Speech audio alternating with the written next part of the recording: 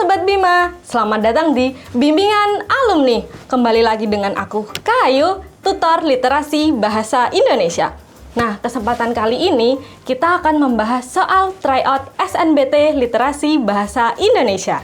Nah, tanpa berlama-lama lagi, langsung saja kita ke soal yang pertama.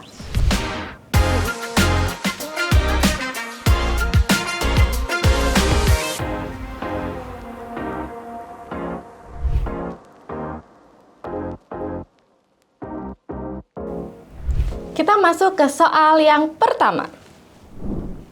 Oke, seperti biasa ketika kita melihat teks yang sudah panjang, nah kita langsung ke soalnya dulu biar kita langsung tahu, oh ternyata yang ditanyakan itu adalah mungkin simpulannya atau mungkin tokohnya atau mungkin latarnya. Oke, sekarang kita baca.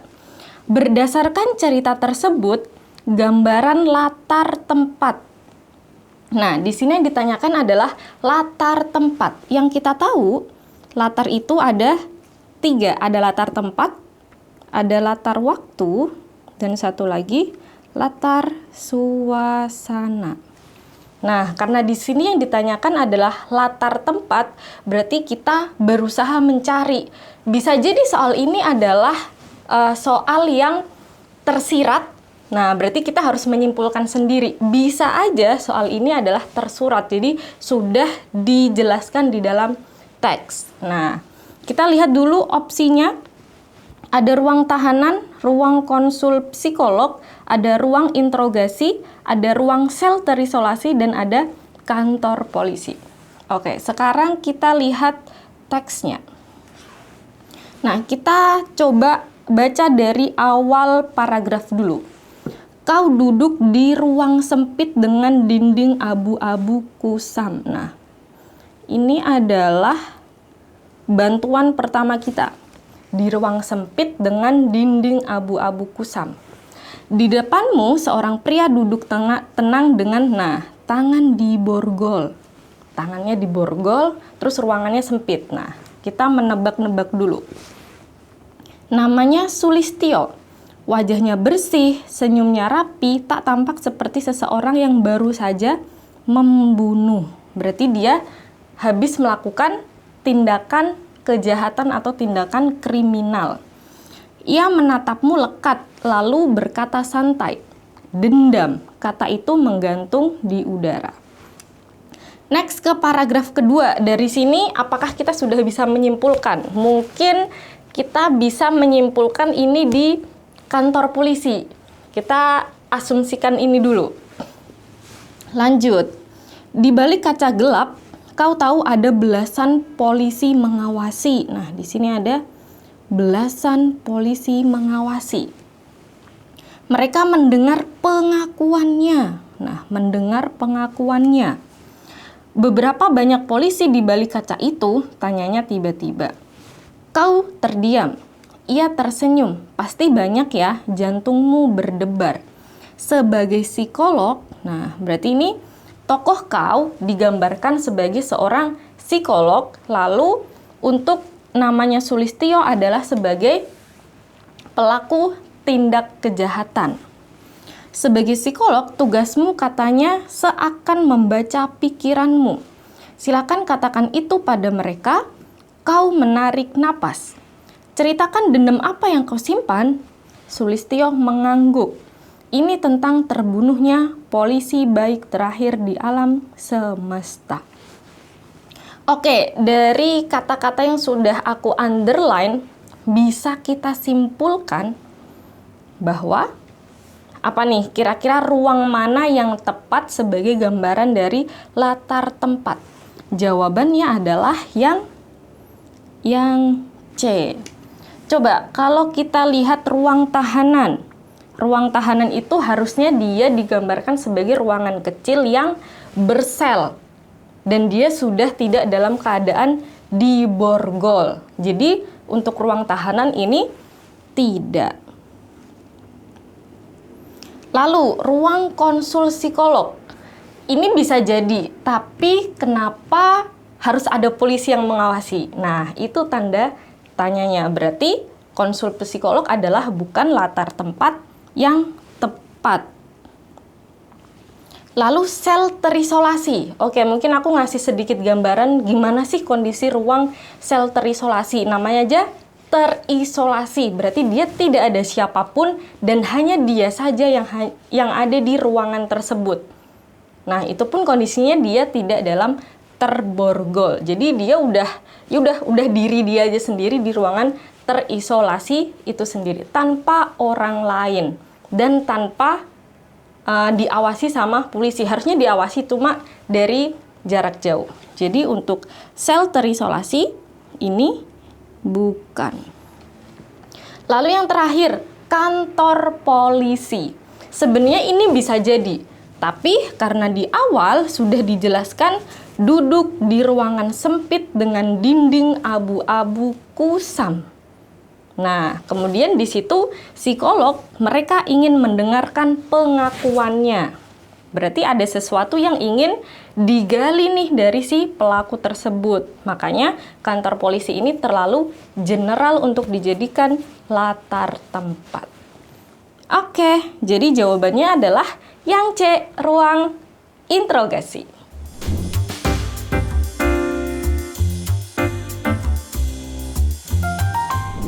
Oke, sekarang kita menuju ke soal yang kedua. Seperti biasa, kita langsung aja lihat soalnya. Nah, di sini pertanyaannya adalah pergolakan batin.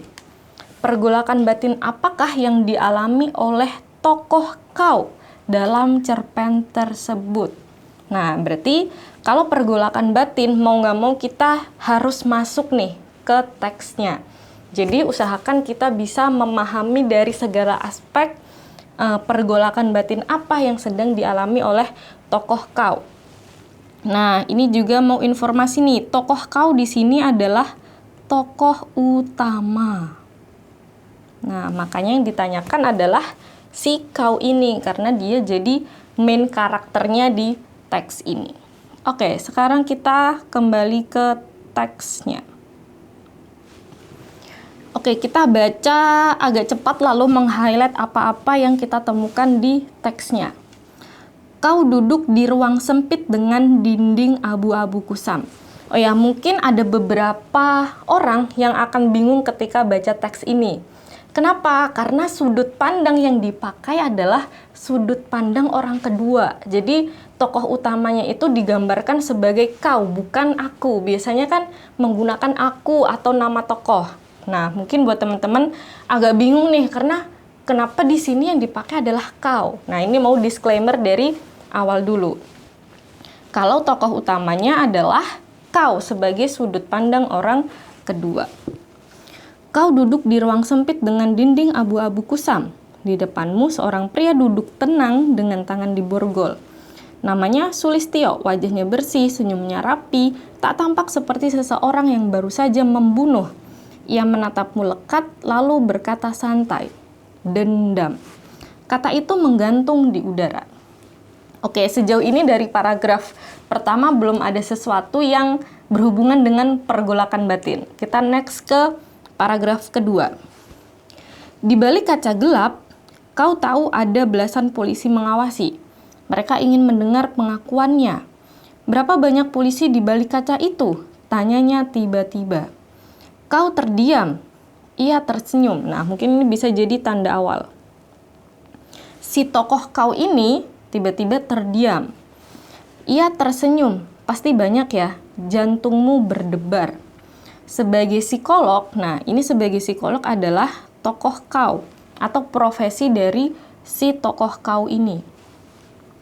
Tugasmu katanya seakan membaca pikiranmu. Silakan katakan itu kepada mereka.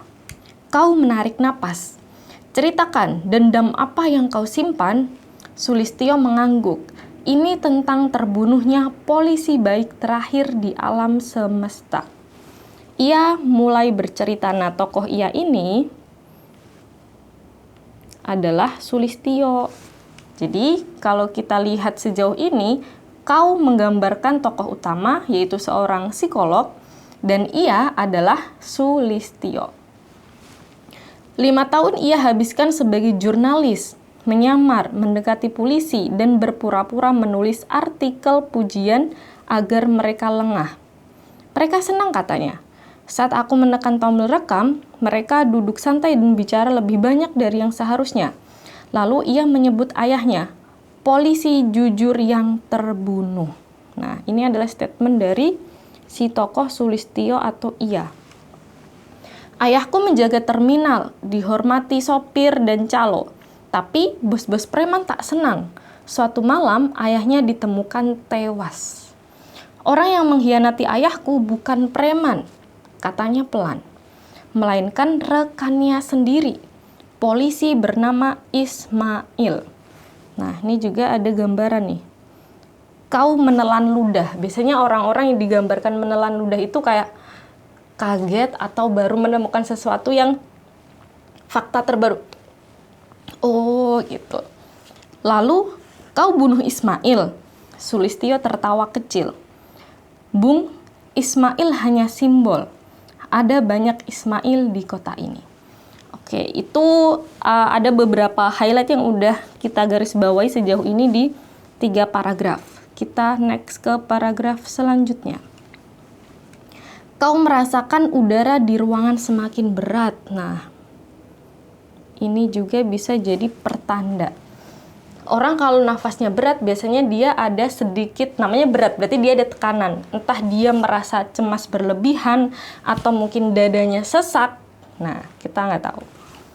Kau bisa dihukum lama, ia mengangkat bahu. Hukumanku sudah dimulai sejak ayahku mati. Di balik kaca, para polisi pasti tegang. Sulistyo menatap mereka.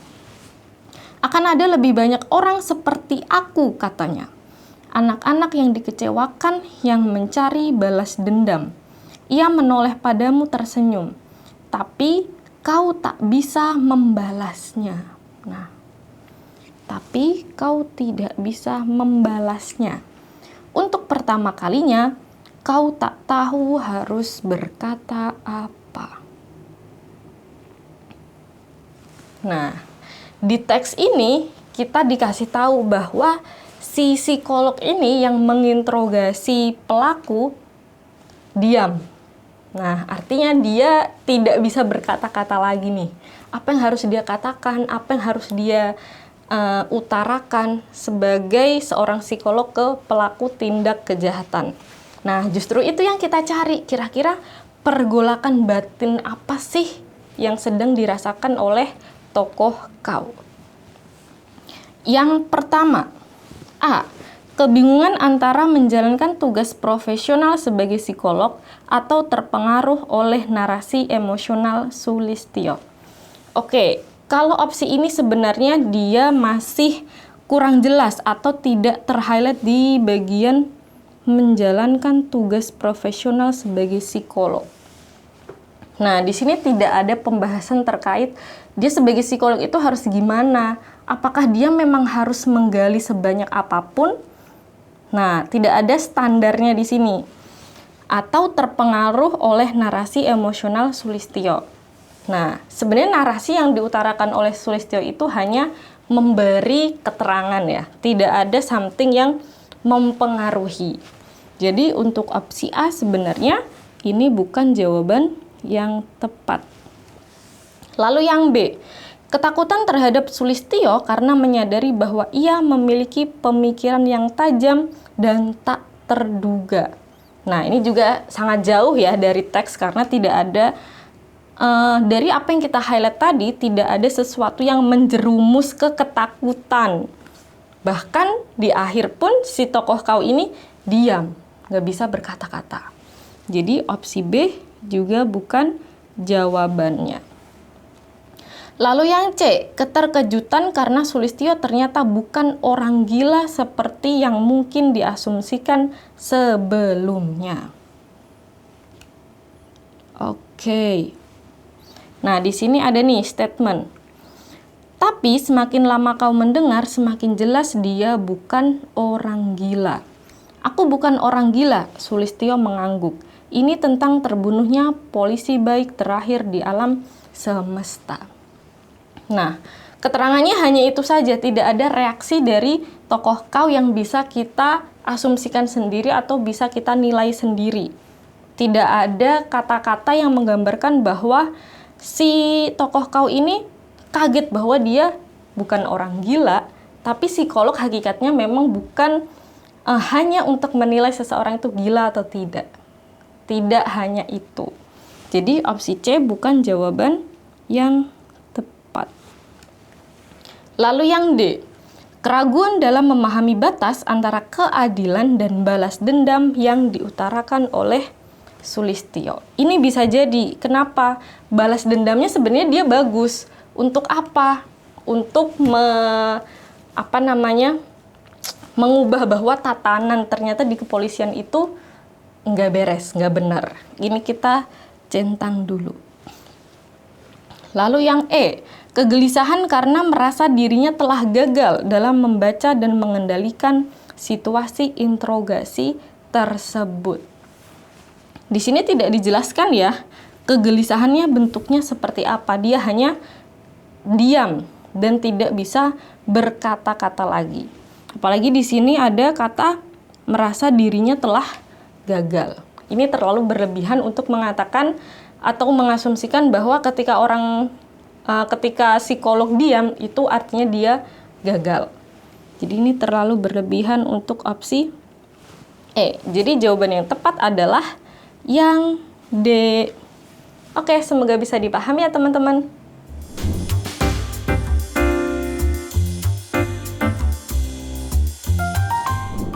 Oke, sekarang kita menuju soal nomor 3. Seperti biasa, kita ke soalnya terlebih dahulu. Nah, di sini ditanyakan, berdasarkan cerpen tersebut, bagaimana sifat tokoh kau? Nah, sifat tokoh kau. Oke, yang kita tahu di teks ini menggunakan tokoh kau sebagai tokoh utama. Nah, di sini dijelaskan sebagai psikolog.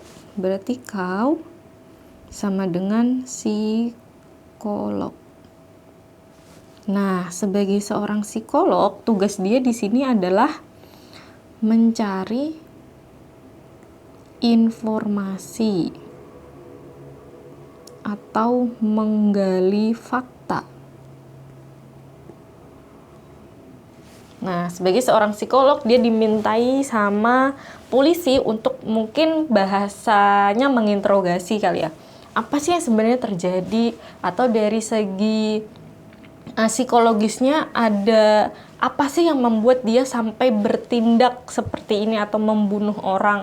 Nah, itu adalah tugas utama dari tokoh kau di sini sebagai seorang psikolog. Nah, yang kita tahu, seorang psikolog pasti mencari banyak informasi yang belum diungkapkan.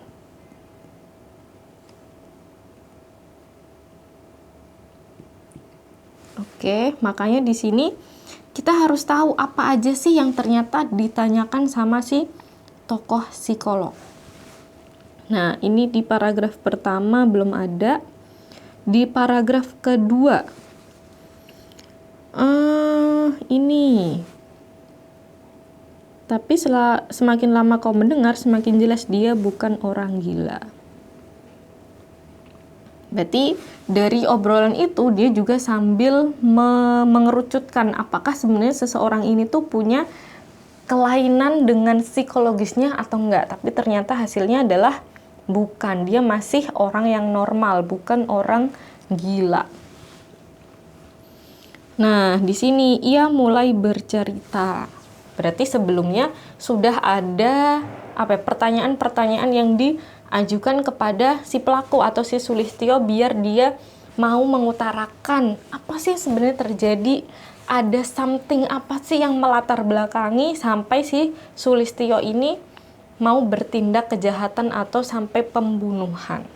Nah, di sini dijelaskan bahwa ayahnya itu seorang polisi jujur, tapi ternyata dia dibunuh sama temannya sendiri, yaitu seorang polisi. Dia menyebutnya adalah seorang pengkhianat.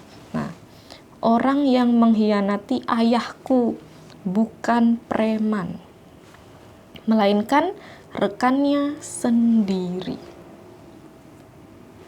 Oke, di sini kita mencari sifatnya. Nah, sebelum itu kita cari tahu dulu nih, apa makna-makna dari analitis, skeptis, empatik, cemas, dan apatis. Dari analitis dulu. Analisis itu hampir sama ya. Yang kita tahu, orang kalau punya sifat analitis itu dia biasanya teliti dan logis. Lalu skeptis. Skeptis itu dia ragu atau tidak mudah percaya. Kita hapus dulu.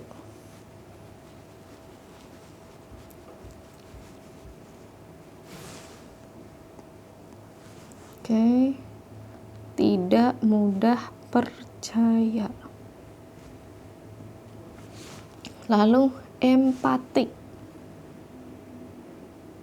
Merasakan perasaan orang lain.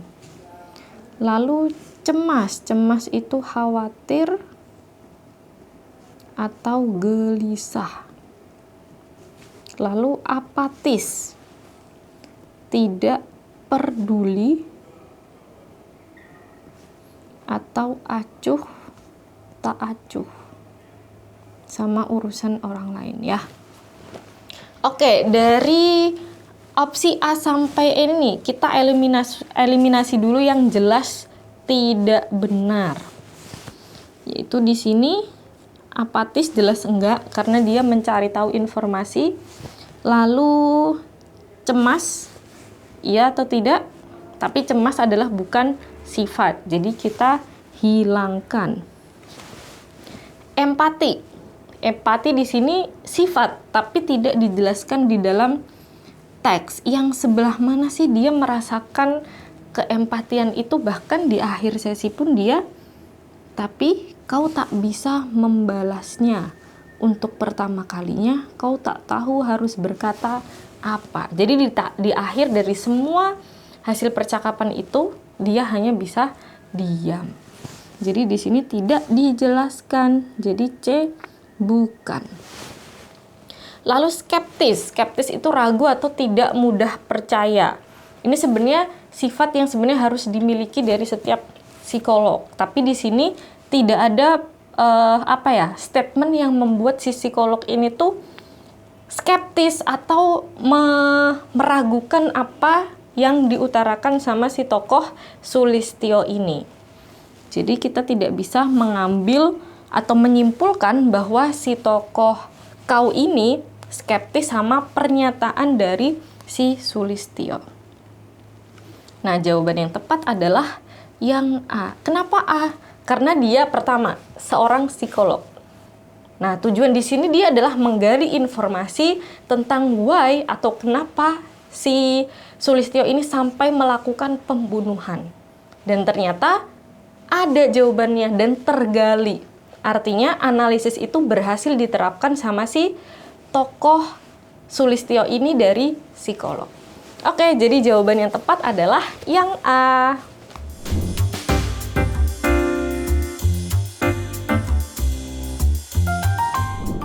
Bagaimana Sobat Bima? Sudah mulai paham kan? Kira-kira habis ini kita bahas soal apa lagi ya? Boleh banget nih, tulis komen di bawah ini. Jangan lupa subscribe, like, dan share ke teman-teman kalian. Dan juga bunyikan notifikasinya, biar kalian gak ketinggalan video terbaru dari kita. Bimbingan alumni, yakin bisa, pasti bisa. Saya pilih